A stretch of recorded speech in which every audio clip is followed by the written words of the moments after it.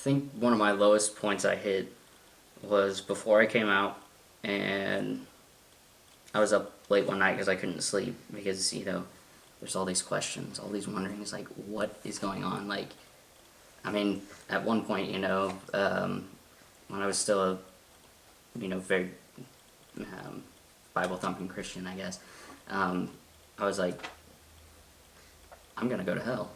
I had my iPhone and I just, looked up the church's stance on transgenderism. And the first thing that popped up was, God created male and female and, like, all these things. And I was like, yeah. I was like, there's something wrong with me. And I mean, I remember just breaking down kind of at that point.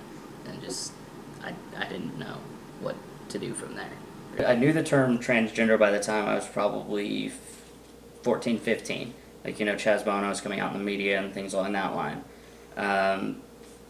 But I didn't identify with that term yet, because again, I was still that conservative Christian. I still didn't know what it meant. But I remember seeing Chaz on there and hearing that he transitioned from, physically from a female to a male, and I didn't know that was actually really even possible. I didn't know there were people like that, because when he started describing his experience, the little bit that I saw of, like, his documentary, I identified with that. I was like, well, I feel that way. Going back to when I was just growing up, I always felt more masculine.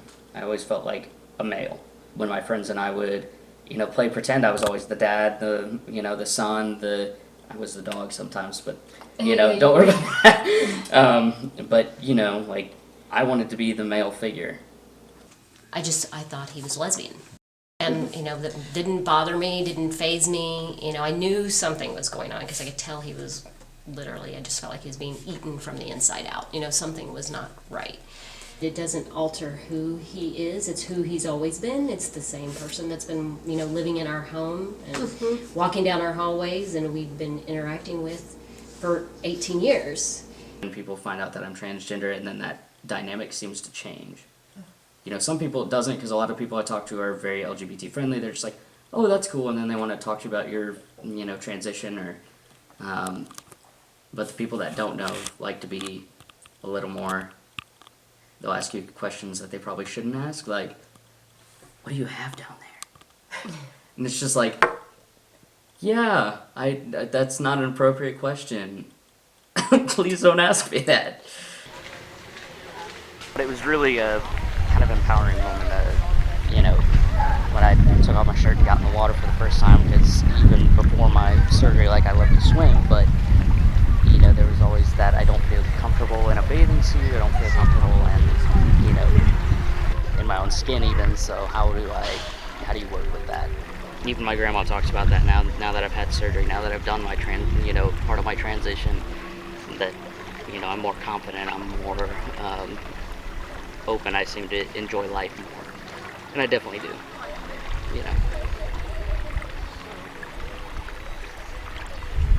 No matter what, whether, you're homosexual, whether you're bisexual, straight, whether you're transgender, no gender, cisgendered, whatever, you're still a person, you're unique, labels, they can be wonderful because they can give you a sense of community. Like, being part of the transgender community, the LGBT community, I have a place that I feel safe. But at the same time, don't limit yourself by labels, and don't limit yourself by labels that people place on you. Because labels are just, they're words. It's a category, and we're unique. We don't all fit into categories. We don't fit into boxes. What you like does not define you. And define yourself.